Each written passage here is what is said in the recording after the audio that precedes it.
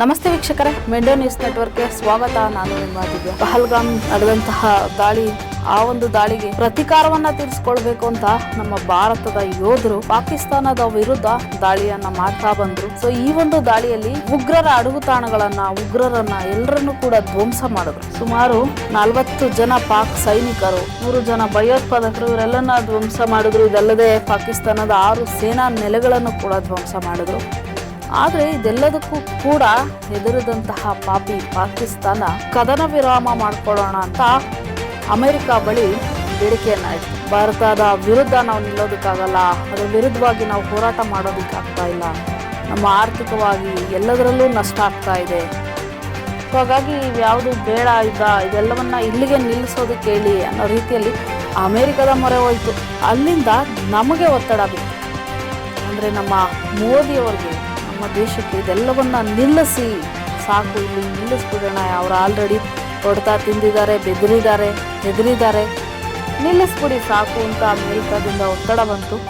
So ಆ ಒಂದು ಸಂದರ್ಭದಲ್ಲಿ ತಾತ್ಕಾಲಿಕವಾಗಿ ಕದನ ವಿರಾಮವನ್ನು ಘೋಷಿಸೋದು ಆಯಿತು, ಇವತ್ತು ಬೇಡ, ನಿಲ್ಲಿಸ್ಬಿಡೋಣ ಅಂತ. ಆದರೆ ಇದನ್ನೇ ಉಪಯೋಗಿಸ್ಕೊಂಡಂತಹ ಪಾಕಿಸ್ತಾನ ಮತ್ತೆ ನಮ್ಮ ಮೇಲೆ ದಾಳಿ ಮಾಡಿ, ಇದರಿಂದ ರೊಚ್ಚಿಗೆದಂತಹ ನಮ್ಮ ಮೋದಿಯವರು ಕದನ ವಿರಾಮ ನಿಂತಿಲ್ಲ ಅಥವಾ ನಿಲ್ಲೋದು ಇಲ್ಲ, ನಾವು ಯಾವುದೇ ರೀತಿಯಾಗಿ ಘೋಷಣೆ ಮಾಡಿಲ್ಲ ಕದನ ವಿರಾಮವನ್ನು ಅಂತ ಮತ್ತೆ ನಮ್ಮ ಯೋಧರು ಕೂಡ ಯುದ್ಧವನ್ನು ಶುರು ಮಾಡಿದ್ರು. ಇದೆಲ್ಲದಕ್ಕೂ ಮತ್ತೆ ಪಾಕಿಸ್ತಾನ ನಮ್ಮ ಮೇಲೆ ಮತ್ತೆ ಅವರು ಕಿಡಿಕಾರ್ತಾನೆ ಬರ್ತಾ ಇದೆ. ಅವತ್ತಿಂದ ಇವತ್ತುವರೆಗೂ ಶಾಂತಿ ದೂತರು ಅಂತ ಎಷ್ಟರವರೆಗೂ ನಾವು ಸುಮ್ಮನೆ ಇರುವಂಥದ್ದು? ಇದಕ್ಕೂ ಒಂದು ತಾಳ್ಮೆ ಅನ್ನೋದು ಇರುತ್ತಲ್ವ. ಸೊ ಬಟ್ ಅವರು ಇಷ್ಟೆಲ್ಲ ಆದರೂ ಕೂಡ ಎಲ್ಲೋ ಒಂದು ಕಡೆ ಬುದ್ಧಿ ಕಲಿತಾ ಇಲ್ಲ. ಅಮೆರಿಕಾದಿಂದ ಒತ್ತಡ ಏನೋ ಬಂತು, ಕದನ ವಿರಾಮವನ್ನು ಸದ್ಯಕ್ಕೆ ಘೋಷಿಸಿದ್ರು, ಆಯಿತು ಇವತ್ತಿಗೆ ಬೇಡ, ಇವತ್ತು ನಿಲ್ಲಿಸೋಣ ಅಂತ. ಆದರೆ ಮತ್ತೆ ಯುದ್ಧ ಮಾಡಿದ್ರು, ಮತ್ತೆ ನಮ್ಮ ಕಡೆಯಿಂದ ಪ್ರತಿ ದಾಳಿ ಆಯಿತು. ಒಂದು ರೀತಿಯಾಗಿ ಹೇಳೋದಾದ್ರೆ ವೀಕ್ಷಕರೇ, ಇವರು ನಂಬಿಕೆಗೆ ಅರ್ಹರಲ್ಲ. ಇವರನ್ನ ಯಾವ ರೀತಿ ನಂಬಬೇಕು? ಈ ಕಡೆ ಒಪ್ಪಂದ ಆಯಿತು, ಮಾಡೋದು ಬೇಡ ಅಂತ ಸುಮ್ಮನೆ ಅಂತ ಮಾತಾಡಿಕೊಂಡು ಮತ್ತೆ ನಮ್ಮ ಮೇಲೆ ದಾಳಿ ಮಾಡಿದೆ. ಸೊ ಅದಕ್ಕೆ ಪ್ರತಿಕಾರ ತೀರಿಸ್ಕೊಳ್ಳೇಬೇಕು. ಅದಾದ ನಂತರ ಮತ್ತೆ ಯುದ್ಧ ಆಯಿತು. ಆದರೆ ನಾನು ಹೇಳೋದು, ಅಮೇರಿಕ ಅವ್ರು ಕೇಳಿದ ತಕ್ಷಣ ನಾವ್ಯಾಕೆ ನಮ್ಮ ಒಂದು ದಾಳಿಯನ್ನು ನಿಲ್ಲಿಸಬೇಕು? ನಾವು ಪ್ರತಿಕಾರವನ್ನು ತೀರಿಸ್ಕೊಳ್ಳೋದು ಯಾಕೆ ಸುಮ್ಮನೆ ಆಗಬೇಕು? ಹೋಗಿರೋದು ನಮ್ಮ ಹಿಂದೂಗಳ ಜೀವ, ಅಮಾಯಕರನ್ನ ಬಲಿ ತೆಗೆದುಕೊಂಡಿದ್ದಾರೆ, ದಾಳಿ ಮಾಡ್ತಾ ಇರೋದು ನಮ್ಮ ಮೇಲೆ. ಇದ್ರ ಮಧ್ಯ ಯಾರೋ ಹೇಳಿದ್ರು ಅಂತ ನಾವು ಯಾಕೆ ಕೇಳಬೇಕು? ನಮ್ಮ ಭಾರತದ ಯೋಧರು ಪಾಕಿಸ್ತಾನದಲ್ಲಿರುವಂತಹ ಎಲ್ಲ ಉಗ್ರರನ್ನ ಧ್ವಂಸ ಮಾಡಬೇಕು, ಅವ್ರಿಗೆ ಇನ್ನಷ್ಟು ಸಾಕಷ್ಟು ಬುದ್ಧಿಯನ್ನು ಕಲಿಸ್ಬೇಕು. ಸದ್ಯಕ್ಕಂತೂ ಈ ಒಂದು ಅವರೆಲ್ಲರನ್ನ ಯಾರ್ಯಾರು ಉಗ್ರಗಳು ಇನ್ನೂ ಇದ್ದಾರೆ, ಇನ್ನು ಬೇಜಾನ್ ಜನ ಉಗ್ರರೇ, ಅಲ್ಲಿ ಇರೋರೆಲ್ಲ ಉಗ್ರೇ ಬಿಡಿ, ಬಟ್ ಕೆಲವೊಬ್ರು ಇದ್ದಾರೆ.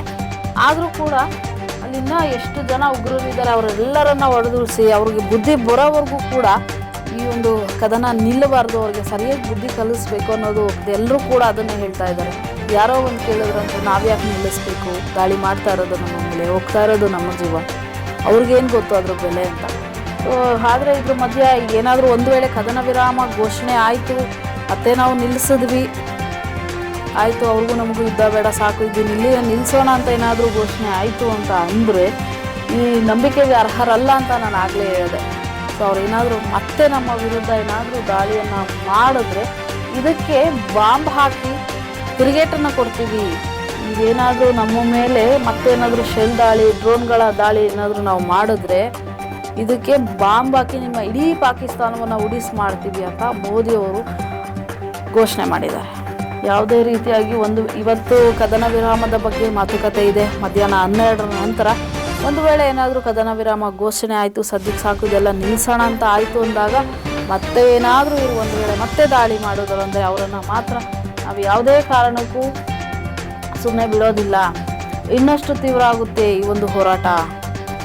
ಬಾಂಬ್ ಮುಖಾಂತರ ಅವರನ್ನು ಇಡೀ ಪಾಕಿಸ್ತಾನವನ್ನಲ್ಲಿರುವಂತಹ ಪ್ರತಿಯೊಬ್ಬ ಭಯೋತ್ಪಾದಕರು ಏನಿದ್ದಾರೆ ಅವರ ವಿರುದ್ಧ ಬಾಂಬ್ ಹಾಕಿ ಅವರನ್ನೆಲ್ಲರನ್ನು ಧ್ವಂಸಗೊಳಿಸ್ತೀವಿ ಅಂತ ಮೋದಿಯವರು ಕೂಡ ತಿರುಗೇಟನ್ನು ಕೊಟ್ಟಿದ್ದಾರೆ, ಹುಷಾರನ್ನೋ ವಾರ್ನಿಂಗ್ ಕೂಡ ಕೊಟ್ಟಿದ್ದಾರೆ. ಸೊ ಇಂದು ಮಧ್ಯಾಹ್ನ ಕದನ ವಿರಾಮ ಅಂದರೆ ಪಾಕ್ ಹಾಗೂ ಭಾರತ ಮಧ್ಯೆ ನಡೀತಾ ಇರುವಂತಹ ಈ ಒಂದು ಹೋರಾಟ ಏನಿದೆ ಇದನ್ನು ನಿಲ್ಲಿಸ್ತಾರಾ ಅಥವಾ ಮುಂದುವರಿಸ್ತಾರಾ, ಇದೆಲ್ಲದರ ಮಾಹಿತಿ ಮಧ್ಯಾಹ್ನ 12ರ ನಂತರ ಸಿಗುತ್ತೆ. ಸೊ ನೋಡೋಣ ವೀಕ್ಷಕರೇ, ಏನಾದರೂ ಕದನ ವಿರಾಮ ನಿಲ್ಲಬಹುದಾ ಅಥವಾ ಮುಂದುವರಿಯುತ್ತಾ ಅನ್ನೋದ್ರ ಬಗ್ಗೆ ಮೋದಿಯವರು ಯಾವ ನಿರ್ಧಾರವನ್ನು ತೆಗೆದುಕೊಳ್ತಾರೆ ಅನ್ನೋದು ನಾವು ಮಧ್ಯಾಹ್ನದ ನಂತರ ನಿಮಗೆ ತಿಳಿಸ್ತೀವಿ. ಇದಾಗಿತ್ತು ಈ ಕ್ಷಣದ ಸುದ್ದಿ. ನಿರಂತರ ಸುದ್ದಿಗಾಗಿ ನೋಡ್ತಾ ಇರಿ ಮಂಡ್ಯ ನ್ಯೂಸ್.